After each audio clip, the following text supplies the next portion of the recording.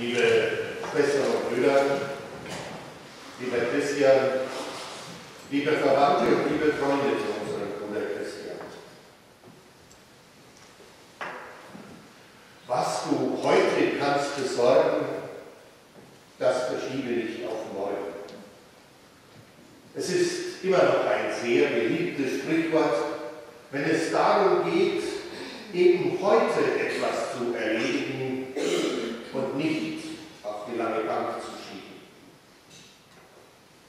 Um heute, im Hier und Jetzt zu leben, gegenwärtig zu sein, sich nicht schon von den Sorgen des nächsten Tages gefangen nehmen zu lassen, aber eben auch nicht vom Vergangenen, das ist gestern und heute eine hohe Lebensnutz.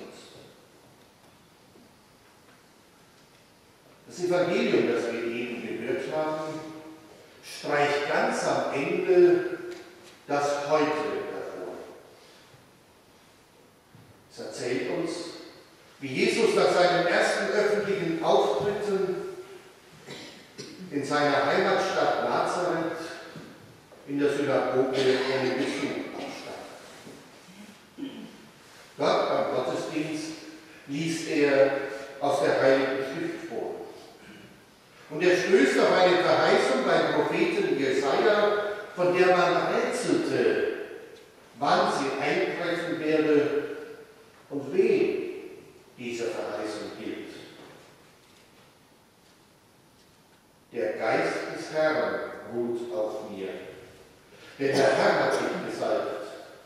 Er hat mich gesandt, damit ich den Armen die gute Nachricht bringe, den Gefangenen die Entlassung verkünde und den Blinden das Augenlicht, damit ich die Zerschlagenen in Freiheit setze und ein Gnadenjahr des Herrn ausrufe.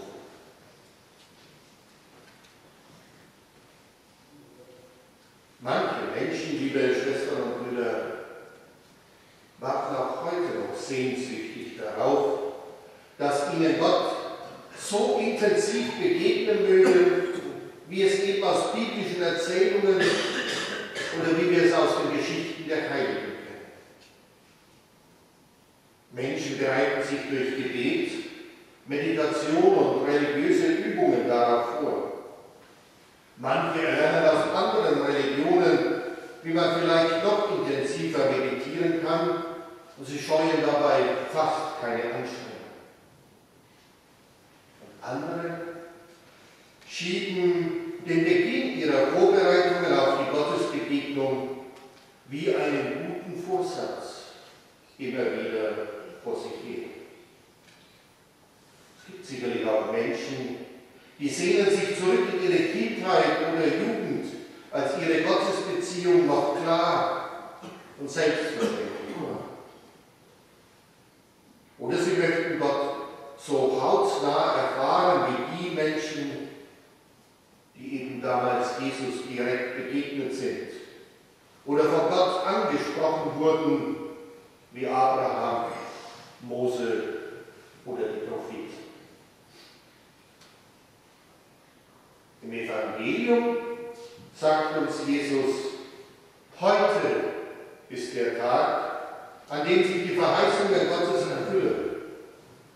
Und die daran beteiligten Personen sind eben immer wieder wir selbst. Und die Person, durch die Gott in mein Leben tritt, ist mein Nächster. Das soll mich jetzt natürlich nicht daran hindern, das oder jenes, was für mein Leben heilsam ist und mir gut tut, auch zu planen und zu beginnen. Das oder jenes zu erlernen und einzuüben. Aber wir müssen uns bewusst sein, dass der Tag Gottes immer das Heute ist. Hier und jetzt spricht Gott zu mir. Hier und heute öffnet mir Gott die Augen. Und die Menschen, die eben uns heute begegnen, begegnet uns Jesus Christus. In den Menschen, die uns heute begegnen, tritt Gott in unser Leben.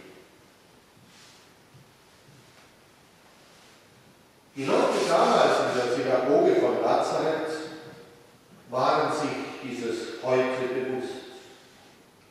Heute hat sich erfüllt, was ihr eben gehört habt. Alles, was es seit Jahrhunderten an Sehnsucht nach einem heilen Leben im Volk Israel gibt, erfüllt sich jetzt, heute, in der Person Jesu. Er ist es, der den Armen die gute Nachricht bringt und den Blinden das Augenlicht. Er ist es, der Menschen in seine Nachfolge ruft, der Menschen aufruft, diese Verheißung heute wahr werden zu lassen.